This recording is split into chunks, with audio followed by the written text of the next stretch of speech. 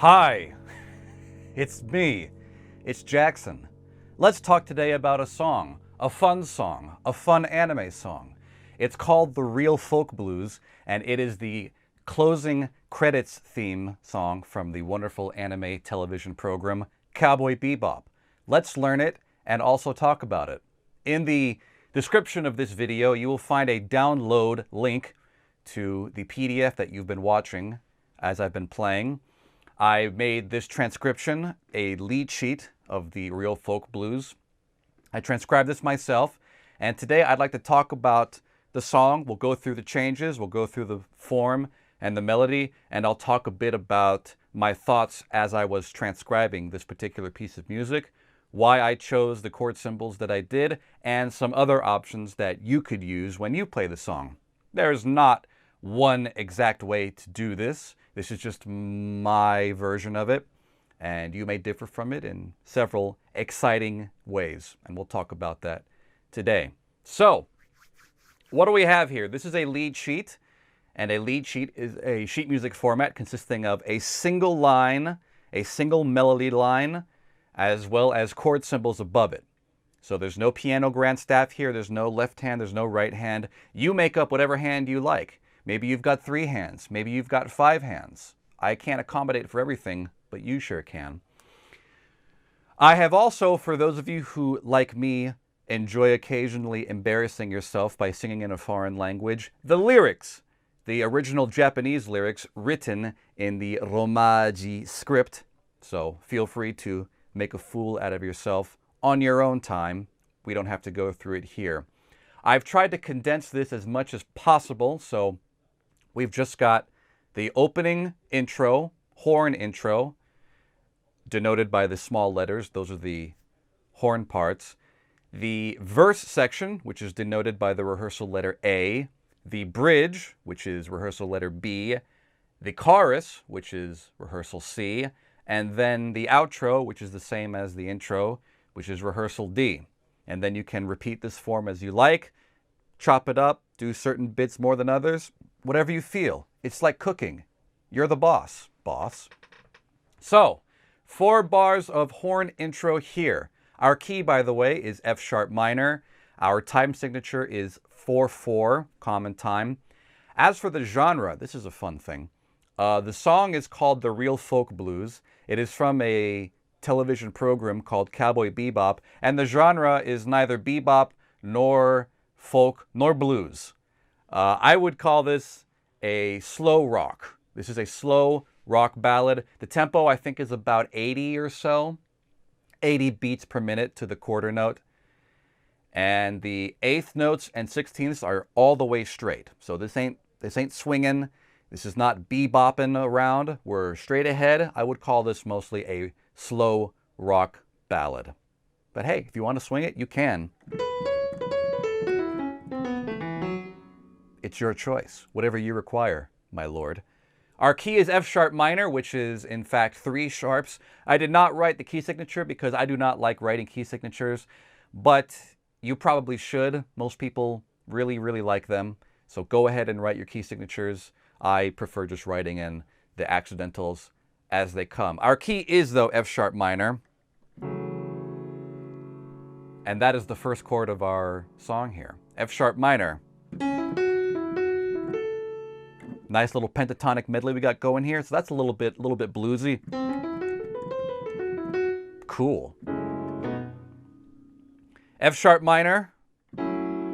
Next chord, A add 9.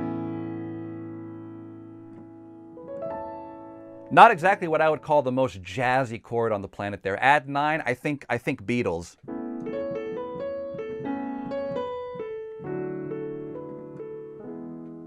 Not exactly jazzy, but it can work here. I could have very easily written A major 9, and in fact, the original arrangement may be A major 9. But for some reason, when I was transcribing it, I did not get that much major 7th in that chord, so I chose to go for the add 9 instead. But by all means, I'll probably sometimes play it half the time as A major 9. Nothing wrong with it at all. Doesn't sound wrong at all. Just changes the flavor very slightly. Next chord. D sharp half diminished. This is a fun one. D sharp half diminished is a D sharp diminished triad with a minor seventh right on top there. Voice it however you like, whatever makes sense to you. And D major 9 to round out our opening horn intro here. D major 9. This is very much major 9.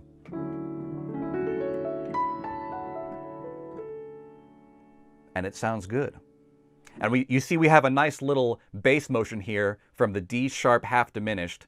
By the way, D sharp half diminished is also known as D sharp minor 7 flat 5. You will see both nomenclatures. They both mean the same thing. There's a nice half step bass movement here. D sharp half diminished. Bass goes down a half step. But you'll notice that the other notes in the chord, they stay the same. D sharp, F sharp, A, C sharp. Bring that D sharp down a half step. And there's D sharp major 7. Add the 9 for flavor. It's quite fun there. You can use that to your advantage. So again, one more time. The horn intro here, I have denoted the horn parts by the small note heads. Already we can also talk about a variation. I would very often play this F sharp minor 7 as F sharp minor 9.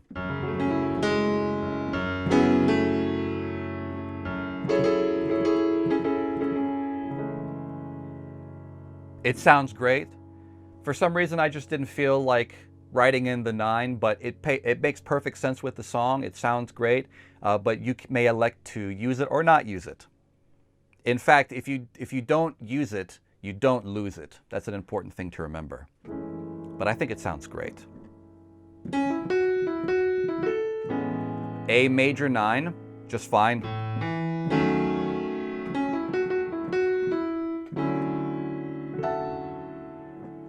And that's our horn intro. 4 chords, no problem there.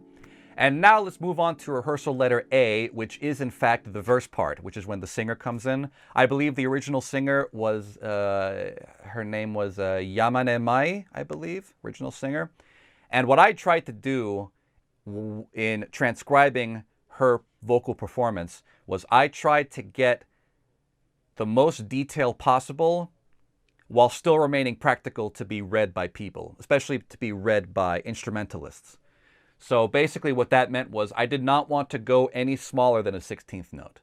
I did not want to go into any finer resolution than the 16th note. I didn't want to have 30 seconds. I didn't want to have 16th triplets, anything like that. To me, that's getting into the realm of micromanagement and too much ink on the page. Part of the benefit and the joy of reading lead sheets is how easy they are to read, how simple and straightforward they are. And I believe by adding too much detail in the vocal performance, I would be defeating the purpose of the lead sheet.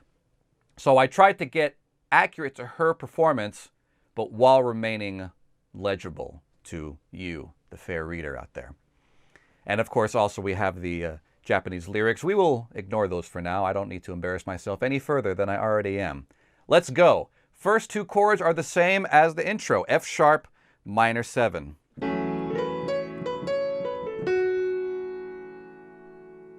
Now again, I was trying to be exact with the original singer's original performance, and you can and should vary this up with your own personal touch. You could do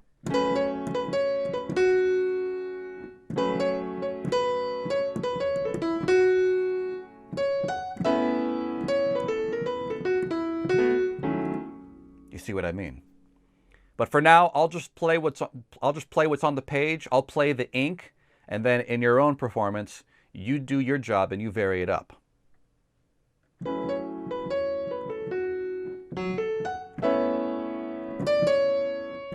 F sharp minor 7, A add 9. As before, just as before, that F sharp minor 7 could be an F sharp minor 9. You could add the 11 too, for all I care.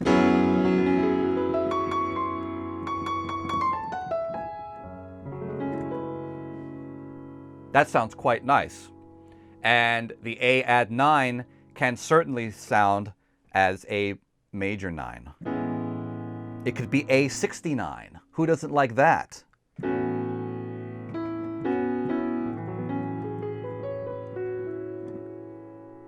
It's your choice.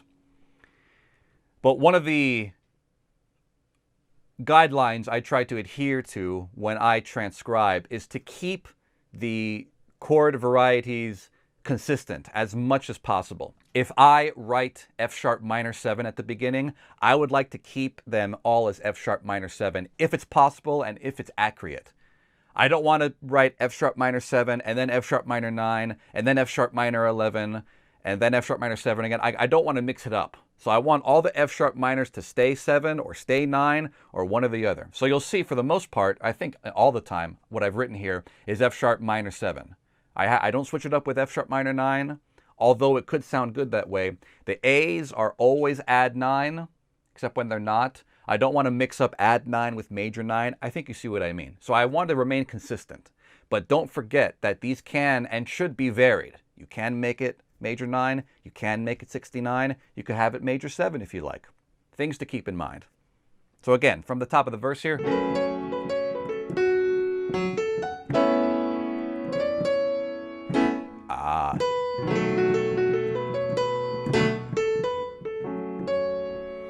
B7, B7. And B7 is a very interesting chord because in some ways B7 can actually be sort of a substitute variant of D sharp half diminished. Let's take a look at the notes of D sharp half diminished. Look at it right here.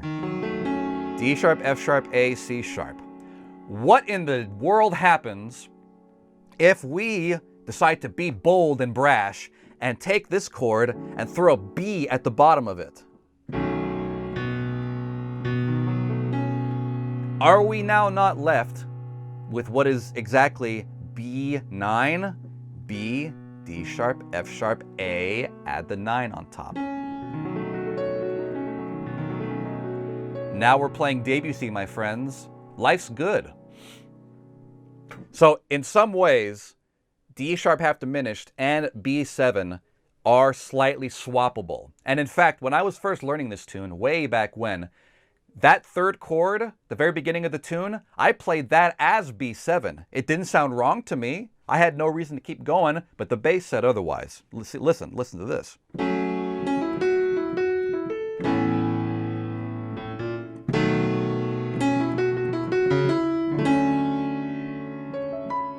It doesn't sound wrong. I don't think it sounds particularly bad, but it is not accurate. The bass very clearly goes to D sharp. Now, you could have both. ¿Por qué no los dos, mi amigos? Have B or B7 with the D sharp in the bass.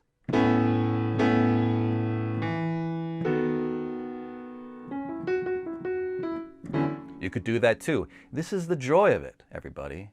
Get with it. Have some fun with it, for God's sake. You can change these things up. However, I tried to stay accurate to the original arrangement, and so that's what we're working with here. So again, B7, the first real bona fide B7 in the song, right here, third bar of A.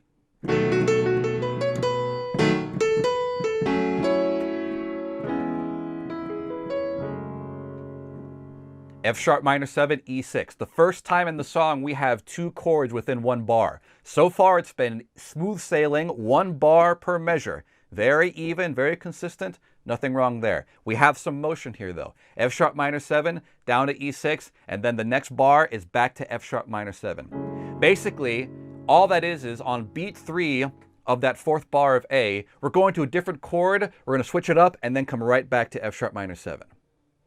What you could do, you could just ignore that E6 completely and just do 2, 3, 4. You could blow right by it. No one would fault you for that. But I want to give the option here, which is what they did in the original recording, of switching it up, add some spice to that empty space with no melody, and then get back into it on the next bar. And what they did was, I believe, an E6 chord.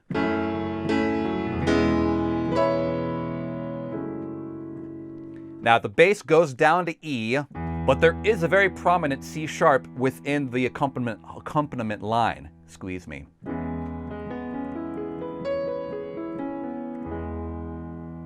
Now, if you take the pitches that are within the E6 chord, you may notice that those notes are in fact the same notes as C sharp minor 7. And what will determine which chord it is, in my view, is what's in the bass. If we have these 4 notes, these particular 4 notes, with an E in the bass, that's E6. If we have the same 4 notes with a C sharp in the bass, to me, that's C sharp minor 7. So the bass is gonna be the boss here. The bass is gonna dictate what chord are we at, what planet am I on. I need to be orientated because my essay is out the window, my mustache is flipped upside down, and things are looking sideways. The bass will lead the way, and it will here. So F sharp minor 7, E6. What else could you do? You could do C sharp minor 7 there.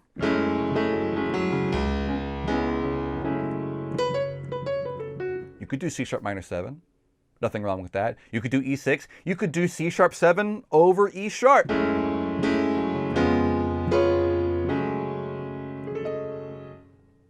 You could do that as well. You could do many different things. Bar 5 of A. Second verse, same as the first, sort of speaking.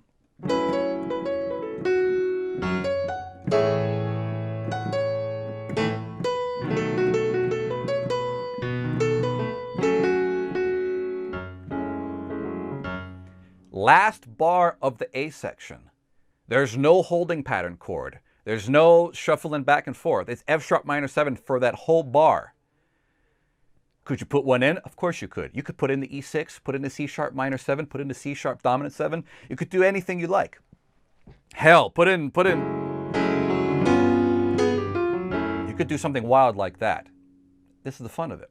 Now, another note I should mention, in the original arrangement, at the end of the first verse, there was an extra bar of F sharp minor 7 at the end of this verse before it repeated for the second line of lyrics. I don't really know what that was there for. It just kind of seemed like a vamp, just kind of like we're waiting for something, waiting for the singer to put the pipe down or something like that. I don't know what.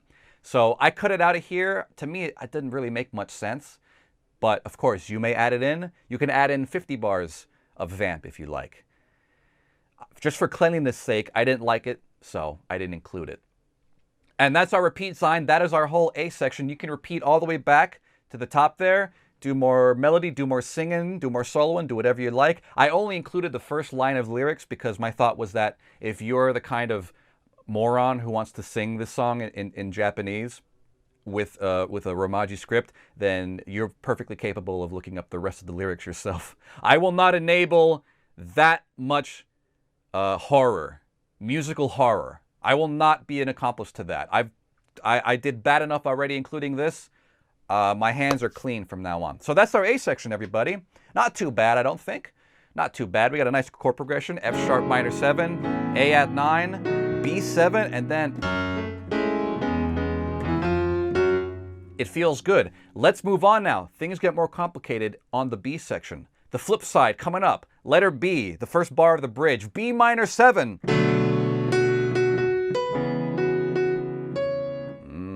B minor 7. That's a new one.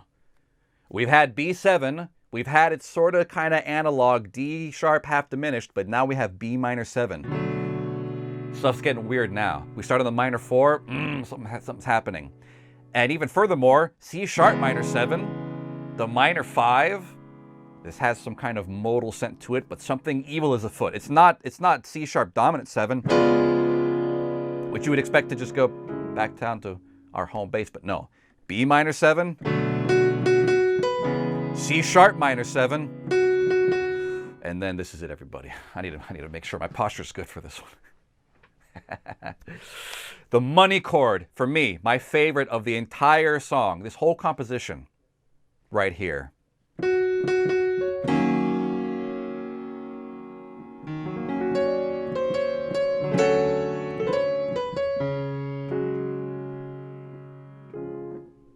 It's tremendous. I can't say how wild, how much flavor is in this chord. Second bar of B, D sharp minor 7.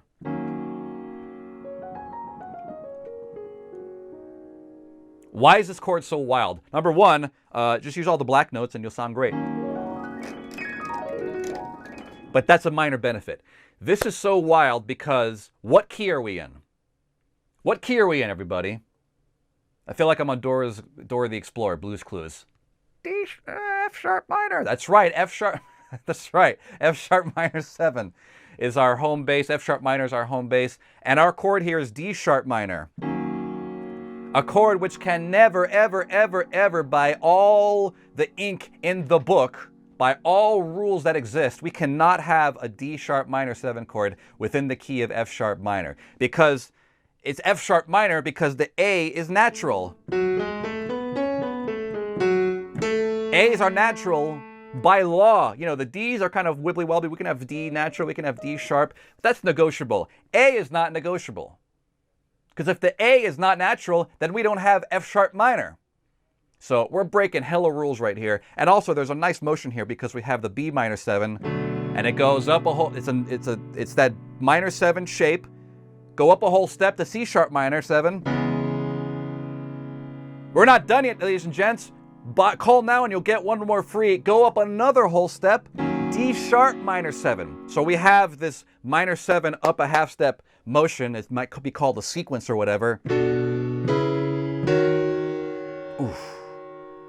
And so now we're like in Bizarro world. It's like dogs and cats are holding hands. Up is down, left is right. We're all flip-flopped. We got to get back down to reality. We need our home base. How do we get back from that? D sharp minor 7.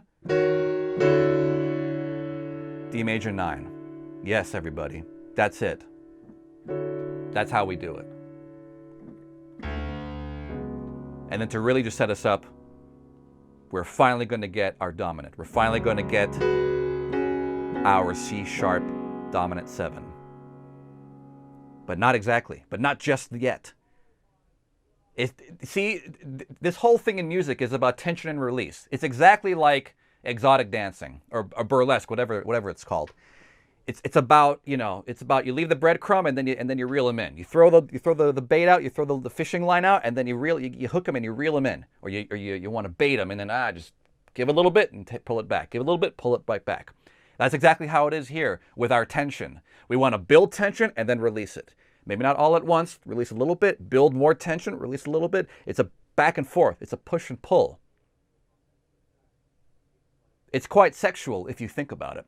And so we want to give them the C sharp dominant. We want to give them this big anticipation to get back to home base, to get back to F sharp minor, but not much. We're teasing at it. We're just tickling it. We're just a little peck, just a little peck on the cheek there. Because this suspension, this C sharp 7 suspension, is just waiting to resolve itself right down to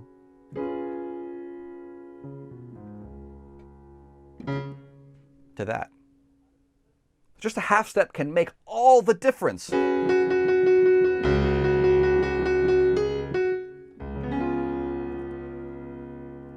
Even the littlest interval can make a big difference. It's a real little engine that could kind of story here. So enough about that. You all get it. D sharp minor 7, tremendous. D major 9, tremendous. And now we're exotic dancing.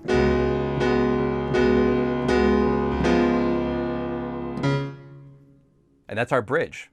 In only 4 bars, look at all the tension and look at all the excitement that we can create. And all of it is building toward what? Toward the chorus. Rehearsal letter C. This is called the hook of the song for a reason. It wants to hook you like a fish.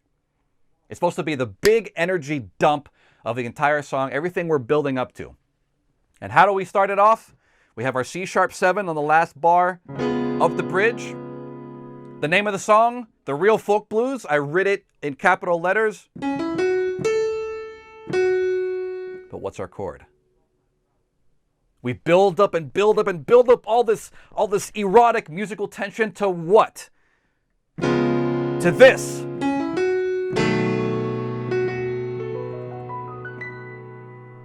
To B7?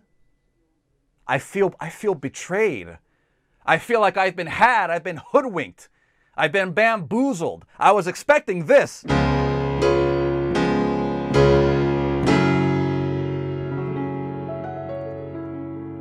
I was expecting that. That would have just been like the endorphins are just flooding at that point, but no. Even with all that buildup, even with that fan dance, even with all the tassels and all the hoochie coochie, even still, we haven't earned our one yet. We haven't earned our tonic yet. We gotta just drag it out even further, even more. As an aside, I wrote down here the lyrics, the real folk blues. The singer, she very clearly pronounces blues as blues. The real folk blues. Oh. And I was kind of tempted to write blues as like BUH-LUES, but I think my judgment got the better of me. So it's not blues, it's blues. But just for your information, the original very much sounds like blues. Anyway, we begin with a resolution, a cadence of sorts. We go from the big 5, the big dominant, to the big 4. That's called a chord regression. That's not a chord progression, that's a chord regression. We're going backwards on the circle of fifths. Everything's all out of whack. Things are not going right, but it sounds cool though. To the 5, C sharp 7. And now we get it.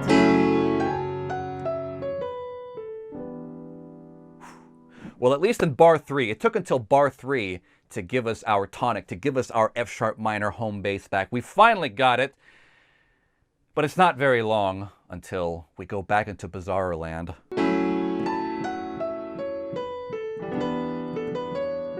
What is that about? What is that all about? E minor 9? I don't know! E minor 9. Sorry. Can he afford to pay me the rest of the run? I don't know!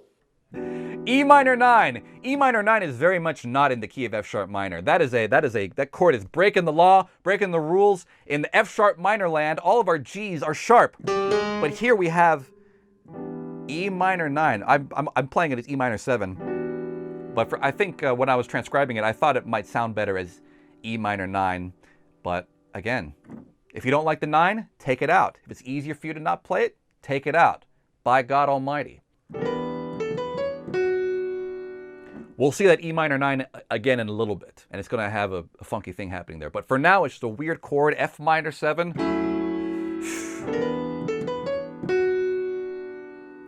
The same melodic hook that brought us into the chorus. Before the chorus, we got... And then now, coming into bar 5 of the chorus, we have that again.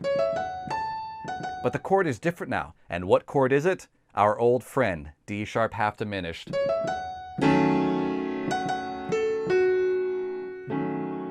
As I said before, we have kind of a kissing cousins arrangement here between B7 and D sharp half diminished. They have an incestuous kind of similarity.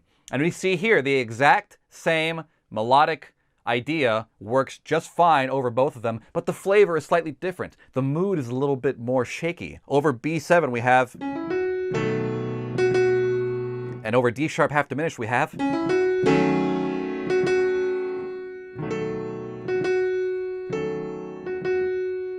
So they are similar, but yet still slightly different. And this is a great example to show you how different they are, and how even with the same melody, the context will change how it feels and how it sounds. It's good to know, and you can use this in your own writing, of course.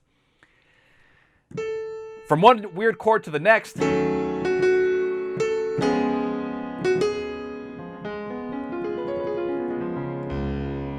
but not C sharp in the bass. No, we have the 3rd in the bass. E sharp is in the bass.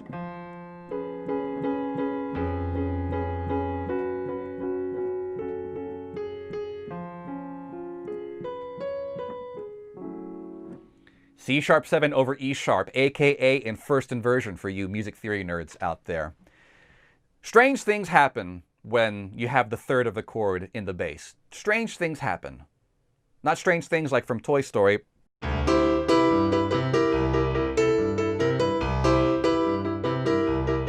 Not that strange things. I mean just weird occurrences happen when you put the third of the chord in the bass. And I will save that discussion for when we see it a little bit later. But anyway, we have C sharp 7 over E sharp. The third is in the bass. Who's on first? What's on second? E minor 9 again. Now we get the full story of E minor 9. What are you doing here? You know, where are your papers? You're not supposed to be here. E minor 9, where's your ID card? You don't have proper security clearance. You need a level 4 key card to enter this song. And by God, here it is.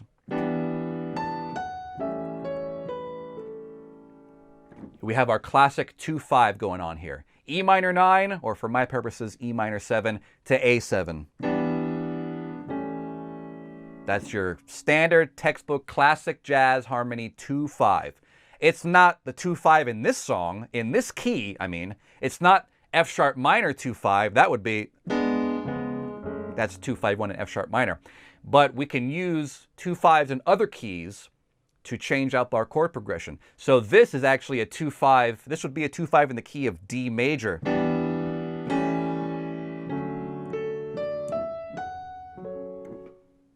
But we're not in D major, we're in F sharp minor.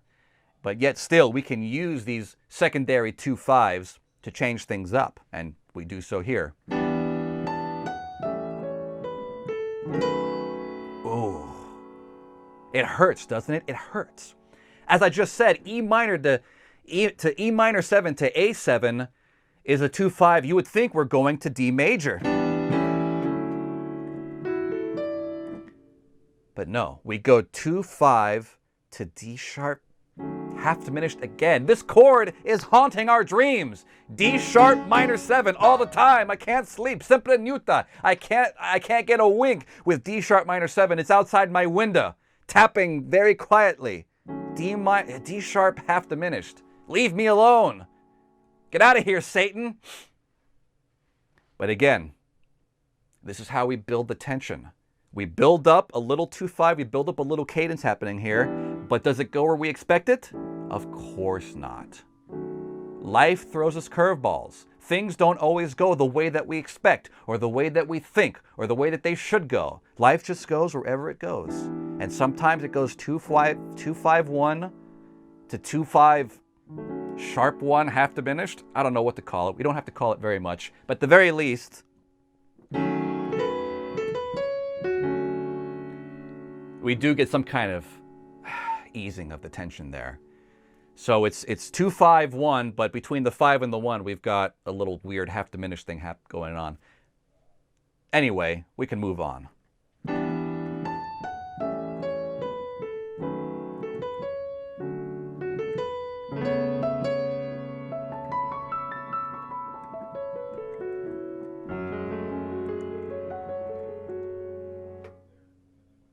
A add 9 over C sharp.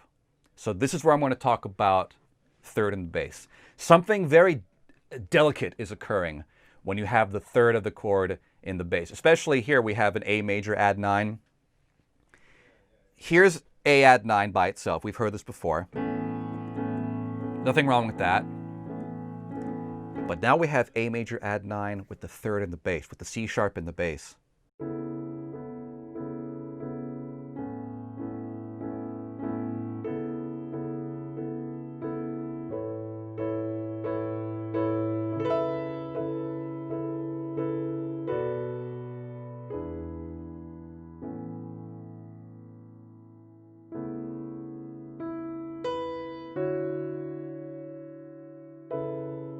There's just something so tender to me about that third in the bass. So I don't know what it is. There's some kind of Emerald Lagasse Bam special sauce that gets thrown in here when we have the third in the bass. But all I know is that it's potent, it's powerful. I'm gonna need to sit down. I'm gonna need to relax a little bit after this video is recording because I've been playing way too much of this third in the bass stuff. But just so you know, there's a lot of magic here, and you should not spoil it. This is like precious saffron, the most expensive spice on the planet. You just need a little tiny bit of it just to add that glorious, glorious sensation to your music. Just that little third in the bass.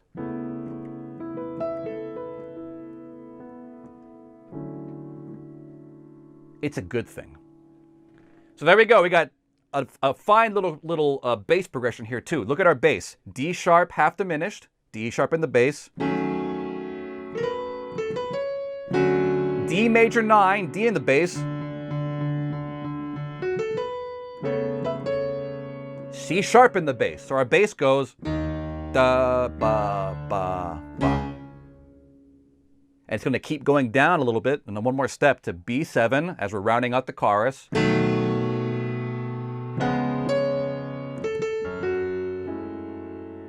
And that's it. That's the chorus. That's it. B7, C sharp 7 to our 1. Finally, we get a 4-5-1. It took us long enough. It took to the very end of the form to actually give us the classic Johann Sebastian Bach 4-5-1. We've been waiting for it the whole time, and finally we get it. We've gotten 5 to 4. We've gotten 2-5 to sharp 1. Like, give us something to hang our hats on, for God's sake, please. Yoko Kanno, who composed the song, by the way, give us something, and finally at the end we get it.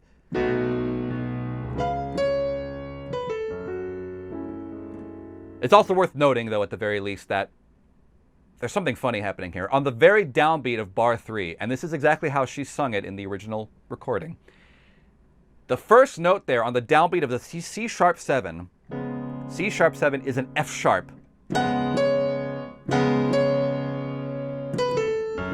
It's an F sharp, is that hard downbeat of beat 3 right when that chord is happening. And that's kind of funny because of this. As maybe some of you know, I'm not the biggest jazz theory guy. I don't know very much about anything for that matter, especially baking. I'm really bad at baking, but jazz harmony is also up there. When you're spelling out and trying to maybe to alter a dominant 7th chord, there are lots of different notes that you can add on to add additional tensions. Like if we just have the basic Buck standard C sharp dominant 7, what can we add to this? What notes that aren't already here can we add to this? Okay, we can add the flat 9, we can add the 9, we can add the sharp 9, that's already covered. We can add the sharp 11, we can add the flat 13. Can we add the 13? Why not? There are basically 2 notes that we can't really add. One of them is the major 7. I don't think it sounds very good. Maybe you can find a way to make it work, but I can't. The major 7 and the 4, or the 11.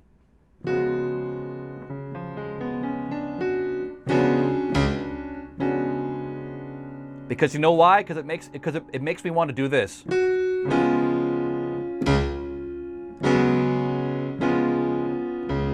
It sounds like a suspension. It sounds wrong, to me at least.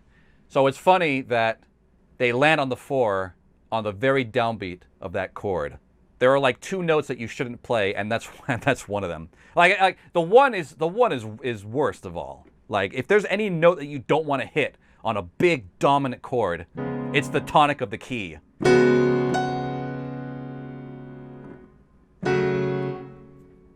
I think it's kind of funny. Probably not a big deal at all. It doesn't sound wrong. If you play the song, it doesn't sound bad. It's just kind of a funny little theoretical thing that people who pay a lot of money for college can talk about and laugh at with each other. No problem with it. Nothing to worry about here. And then at the end of that, we finish the chorus. We go back into the horn intro, which is the same as the very beginning. There's a little bit of an overrun there of the vocal melody, but you can do that or not do that, whatever you like.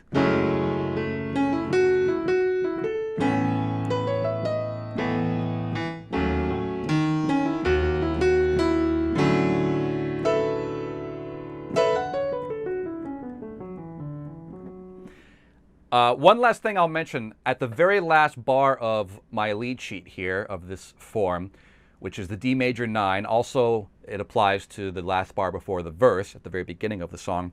It has D major 9 throughout the entire bar. All 4 beats of that bar are D major 9. 1, 2, 3, 4. And then it goes into the verse like that. That's how I heard it on the original recording.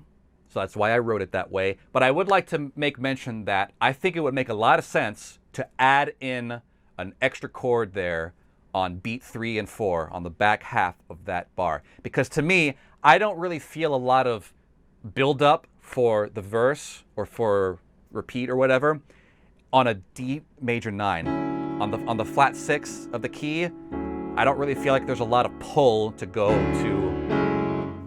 So I think it's very appropriate, and if I was playing it, I'd probably add this myself. I think it's very appropriate to add, say, a C-sharp 7 chord, or an E6 or anything else that will create some gravity and some pull and some tension toward the 1, the F sharp minor. Because look at the notes of D major 9. D, F sharp, A, C sharp, and E.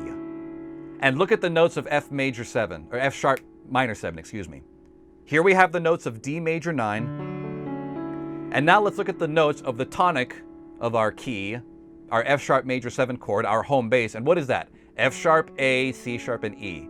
It's already contained within the D major 9. Just take off the D, add the D to make it D major 9. So D major 9 is already, in a way, F sharp minor 7. You've already been playing that chord. You just change the bass around a little bit, and there you have it. So for that reason, there's almost no difference between the chords in a theoretical kind of way. So there's not a lot of pull, not a lot that will make me want to draw forth and create excitement toward the verse coming up. So I think it would be appropriate to do this. For example, 2, 3, 4. You could also do 3, 4.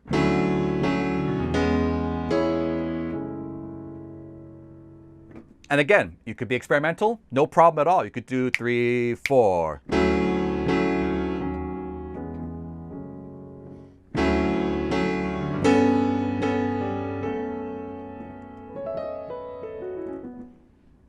But I think some kind of chord progression in that bar is very appropriate to pull you in to that verse or the next repeat or whatever. The same thing that I would say about the very last bar of A, the very last bar of the verse. It just parks on that F sharp minor 7 and then to F sharp minor 7 again on the repeat.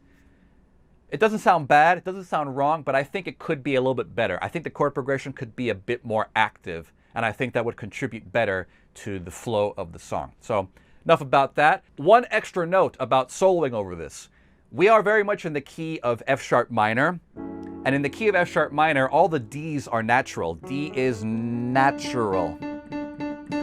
But the D, as I said, I believe before, is a bit negotiable, because that D is also very many times D sharp, like in the case of D sharp half diminished, or B7, or indeed the wonderful D sharp minor 7. So for that reason, when you're soloing, the D sharp is on the table.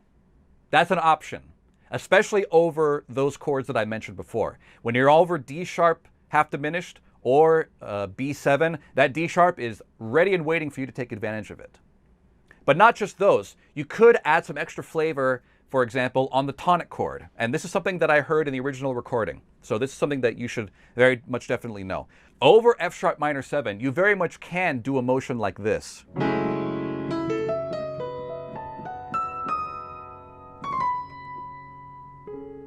And I heard that done, I think, by maybe whoever was playing vibes on that. I heard this riff a lot.